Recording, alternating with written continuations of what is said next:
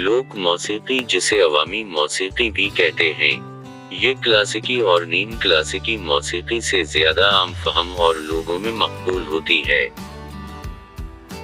इस मौसीकी में हल्के फुल्के गीत, लोक धुनें, इलाकाई धुनें, शादी ब्याह के गीत, मंजूम और लोक दास्तानें शामिल हैं। मसलन ससी पन्नो, हीर वारिस शाह, सोनी महिवाल, यूसुफ जलीखा, सैफ अल मलूक, मिर्जा साहिबा, पंजाबी माहिए, बाबा बले शाह की काफियां और दूरे वगैरह। एक वक्त था जब हर गांव में गुलूकार हुआ करते थे, जो सूफियाना कलाम, काफियां या मकामी गीत गाकर अपने फन का मुजाहिरा किया करते थे। मगर टेक्नोलॉजी में आई जिद्दत के सबब उन लोग गुलूकारों पर वाज़ेह असर पड़ा है। सकाफती दुनिया किसी भी मुल्क की हो, इसकी वुसअत को पहुंचना नामुमकिन नजर आता है। पाकिस्तान की सकाफत भी अथाह गहराई लिए हुए है। किसी ने किया खूब कहा है कि सिंधी अजरक, मुल्तानी खुस्सा, मियाँ वाली की खेड़ी, पंजाब की जुगनी, खुदा जाने किया हमारी सकाफत में शामिल हैं। हमारे हुनरमंद अपने हुनर को फन लतीफ बना देते हैं, फिर ऐसे भी हैं जो फन को फसूं बना देते हैं।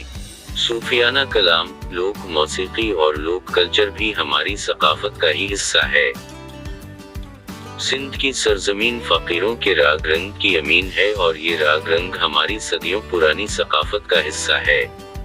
सिंध में इसे काफी और उसी तरह पंजाबी में ढोला और माही लिखा जाता है।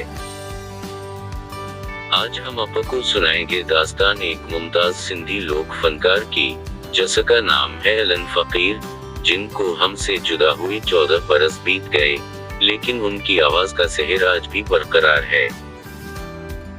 अली बख्श उर्फ अलन फकीर सिंधी लोक और सूफी गुलूकार थे, जिन्हें सूफी शायरी की खास सिन्फ काफी में मलका हासिल था।